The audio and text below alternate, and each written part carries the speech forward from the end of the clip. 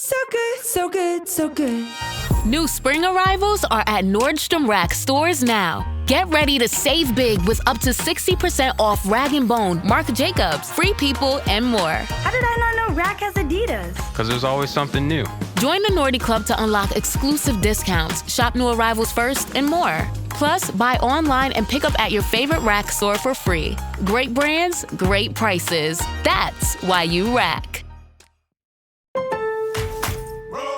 Springfest is happening now at Lowe's.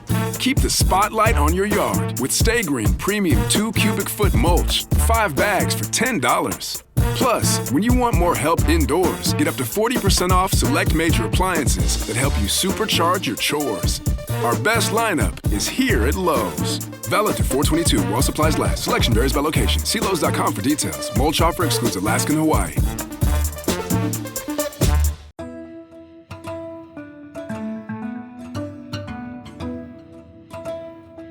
For the News and Observer, I'm Dawn Vaughan, Capitol Bureau Chief and host of Under the Dome. Today, I'm joined by my politics team colleague Danielle Battaglia, who covers Congress and DC's impact on NC. We're going to talk about Vice President JD Vance's visit to Rocky Mount and how that plays into the 1st Congressional District race between incumbent Democratic U.S. Rep. Dawn Davis and Republican challenger Lori Buckout, as well as U.S. Senate candidate Michael Whatley, who was also there. Let's talk first, Danielle, about Vance coming here. We're recording this on Monday, March 16th. He was here a few days ago on Friday. Why did Vance come to Rocky Mount or come to North Carolina at all? That is a question that I think has been asked so many times. And, you know, probably Jason Simmons, the chairman of the North Carolina Republican Party, said it best. We're in a pretty big election for North Carolina. And he said that the people in the audience should expect to see both President Trump and Vice President Vance over and over and over this cycle. So I think we're going to see them a lot this session. But the messaging in the room was lower prices, bigger paychecks, which it looked like he was going to talk about the economy.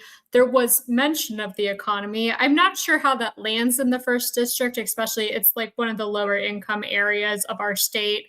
And, you know, we're not doing great at the gas pump right now or at the grocery store.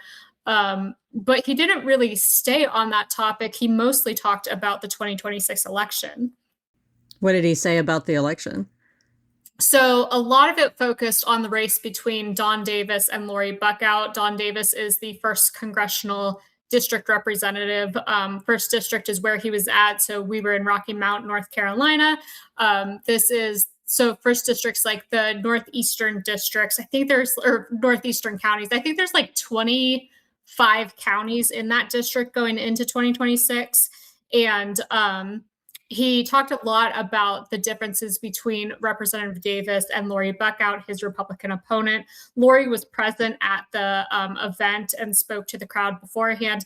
I thought it was interesting. He talked a lot about how Representative Davis is just a mouthpiece for Speaker Emerita Nancy Pelosi, which, first of all, like Speaker Emerita Pelosi doesn't have a big role anymore in Congress. She's not the speaker anymore. And Hakeem Jeffries is now the minority leader in the House. So I thought it was interesting. He kept bringing up her name, but also with Representative Davis in particular, he does not often vote with his party and often votes against them, where Vice President Vance was repeatedly saying that Dawn Davis is somebody who constantly votes with Democrats, never votes against his party, never stands up to his party. And the messaging just seemed very off there for people who are paying attention to politics. Do you think maybe he didn't do his homework, or do you think it's some strategy on talking points where, you know, Pelosi obviously is not a figure that Republicans have liked at all. And even though she doesn't have any power now, you know, they just want to bring her up still. Well, Pelosi obviously is a boogeyman for Republicans. Like, she's always going to be their enemy. They're going to bring her up as much as possible. As for Davis, he claimed he did his homework and looked into his background and his votes, but it just doesn't match his votes in Congress and what we see here on the ground. What are some of off the top of your head, can you think of any times where Davis has voted with Republicans, or just kind of his reputation in Congress? Yeah, I mean, very recently, well, not that recently, but last fall, he took the vote to help reopen the government after we had been closed for 43 days, I believe is the number. And so like that one stands out to me mostly. And so there was that particular vote where Democrats weren't thrilled that, we were making that move. They were really wrestling with trying to get Medicaid coverage. Basically, they were debating Medicaid coverage and how we could get it back to what it was before the One Big Beautiful Bill. And there was different things to wrestle with there. And he thought that it was better to vote. I'm trying not to put words in his mouth right now and remember exactly what he said, but basically he wanted to help the people of North Carolina and his constituents who might be without a paycheck, or, those members of the military who are trying to serve our country and were being affected by this government shutdown. So he took a different vote than his party did on that one. So that one stands out to me, but there's been multiple votes where he just doesn't always go with the party. And he's in an unusual position because he is in a swing district where his voters could go either way with wanting the Republican side or the Democratic side. And, you just don't know where voters are going to lean party-wise. And so I think sometimes he takes votes that he thinks is in the best interest of his community over party, and that makes him kind of a different player in Congress than you usually see. Now that we're past the primary and it's Davis and Buckout, or how do they compare as candidates? You mentioned that it's, even with the redistricting, it's still a swing district. Well, you and I were talking the other day. They're both former military, so they've got that in common. For Lori Buckout, she's a former cybersecurity analyst isn't the right word, but she was like a cybersecurity advisor for President Trump. And so she's got that background where she's worked in the Trump administration. She worked in the White House, and she was an advisor for the president. So she's worked pretty closely with President Trump, where Representative Davis has not worked with Trump, but he is in Congress. He's been working. This is his second term in Congress. He also was the youngest mayor of Snow Hill. I always want to say Snow Camp, and why I can't get those two cities right in my head, I don't know. But he was the youngest mayor, worked his way up in politics, and is now in Congress. There are a lot of towns and counties here with the same name, like Rockingham, the county, Rockingham, the town, the Franklinton, they're trying to trip us up, I think. So they do all the time. Well, tell us, I want to talk about Whatley too. Maybe we'll save him for after the break. What was this venue like in Rocky Mount? Just from seeing the, pictures, it was not a large space, like a big rally? Is it more just an event space and supporters are invited?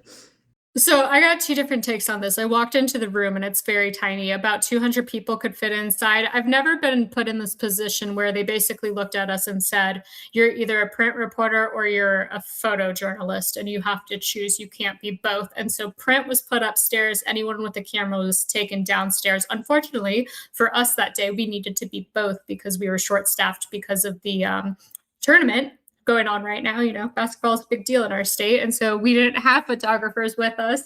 And so we were upstairs. I wasn't supposed to be taking photos. If you saw my photos, it looked like I was in a cage because of how or they were set up. Yeah, or they were behind a fence. Awkward. Yeah. I was told though, because I was seeing reporting ahead of schedule that this venue holds thousands of people, and apparently that's if you're outdoors in the brewery area, it's thousands of people, but if you're in that event space, it's much smaller. So it's a very intimate, close space. I think that's interesting, and people maybe some event organizers are kind of slower to adjust to how the media landscape has changed significantly over, at least a decade, where people are, multi-platform. And I think that, we can remember covering any major presidential candidate rally where they'll have the risers for the TV cameras and then tables for the digital or, quote, print reporters.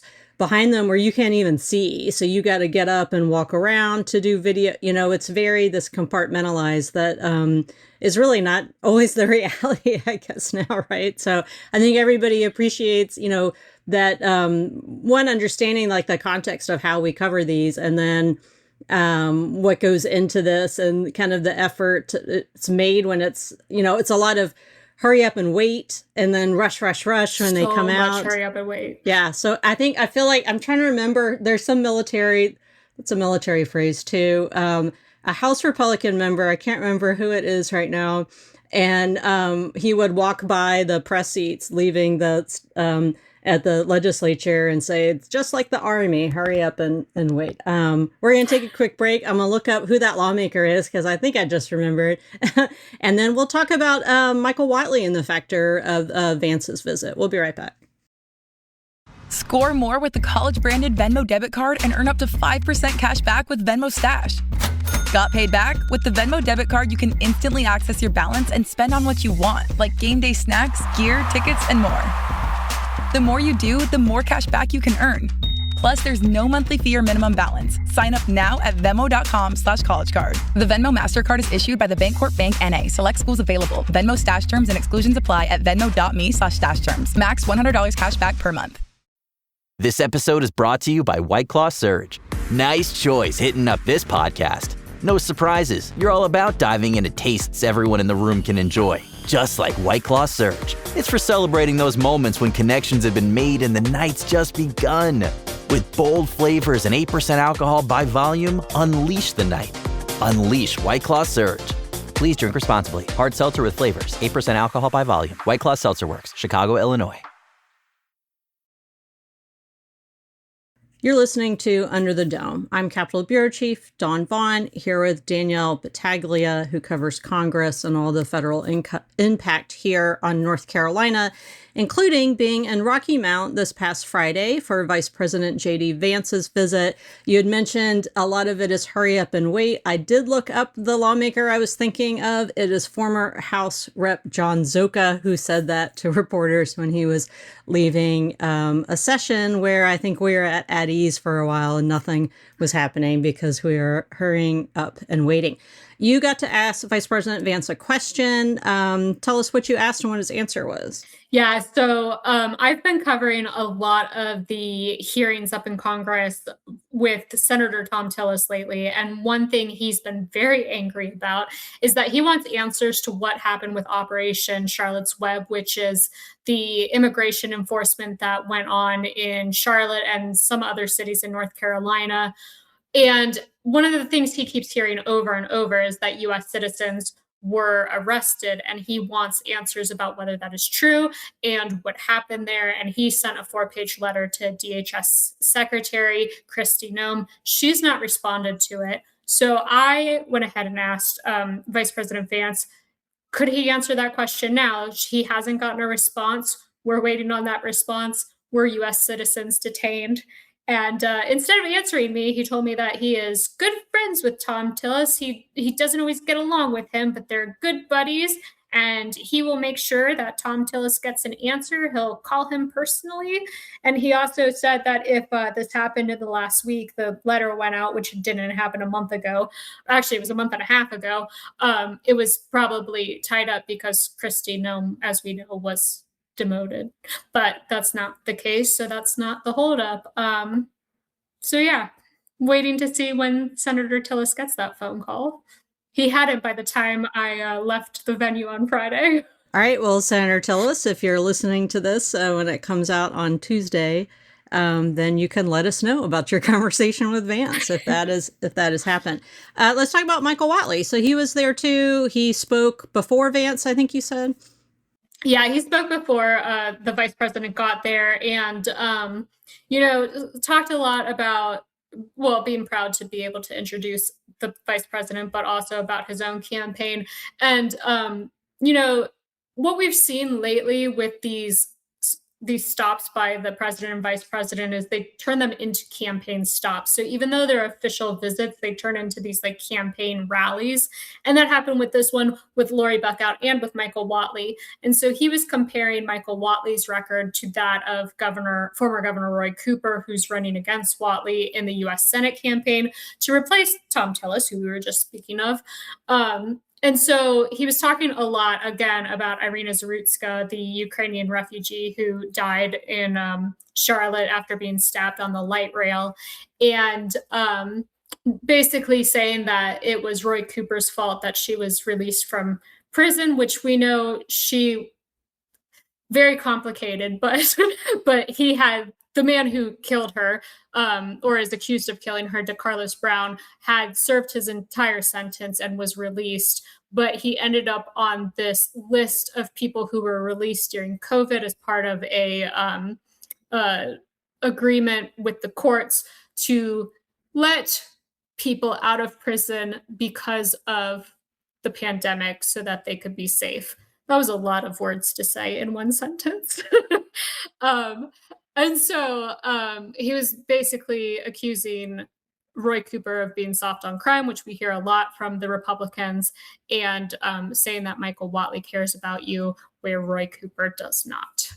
So do you think Rocky Mount is, not to assume, I don't know if he flew into RDU or not, as far as, locations wise, when people come, do you think it's, we'll see Rocky Mount specifically again, or like other parts of District 1? I think that we'll see Rocky Mount a lot. I mean, Rocky Mount, the first district is a very big area that Republicans want to hit because they had redistricted it, that's hard to say, so that Republicans could pick it up in the House with Lori Buckout as a potential win over Dawn Davis. This was a seat that tinged blue. It now tinges red. Actually, it did not tinge blue. Let me take that back. It was a swing district where either way, it could be a Republican or a Democrat who could win. Dawn Davis had won it. It now tinges red. So it could go to Lori Buckout. They want to pick it up as a potential win because there's such a small majority in the House with Republicans. And so it's a big deal for that. Virginia is right across the border with another very big district for Republicans to pick up. And so it hits both media markets, very important for them. And then also it's the hometown of former Governor Cooper, because he grew up in Nash County. And so you're in that area too, where you could hit him with people who know him really well and kind of try to change the dialogue around him. So I think that's an area you're going to see them in a lot. We've also seen them, in areas like Greenville, Charlotte, Greensboro, Asheville. Those are like their typical spots that they travel to in past election cycles. So I wouldn't be surprised if we see them show up in any of those areas as well. I feel like Trump favors, Fort Bragg and Fayetteville too. So, oh yeah, that one too. We were just there. There you go.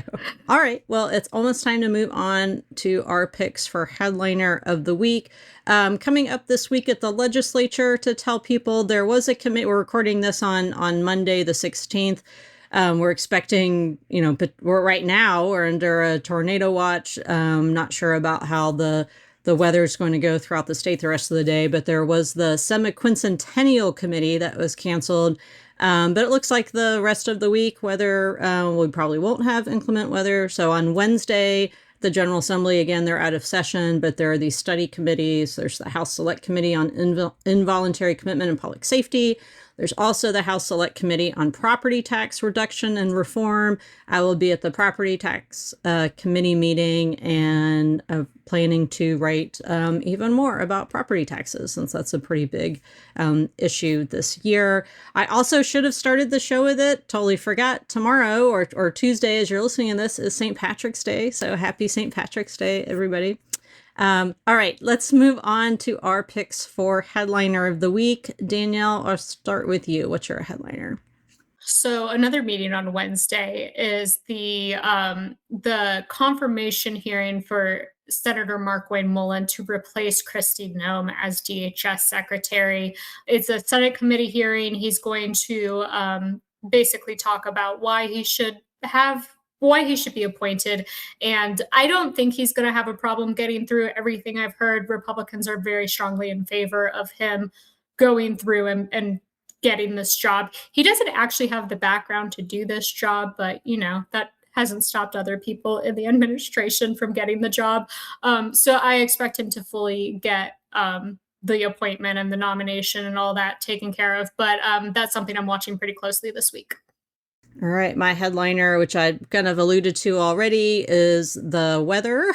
And this Monday, as we're recording this, I'd mentioned we're under tornado watch. So hopefully the rest as this day goes on and people are listening Tuesday, I hope that tornadoes did not, if they happen, cause any damage or hurt anybody in the state as we're in this crazy March weather season. All right, that's all the time we have. I'm Dawn Vaughan with Danielle Battaglia and producer Kevin Keister. Thanks for listening, and we'll talk to you next time. For more from our politics team, subscribe to the News and Observer at newsobserver.com/subscribe. Follow us on Twitter at Under the Dome and NC Insider, and sign up for our weekly political newsletter, also called Under the Dome, at newsobserver.com/newsletters. Thanks for listening.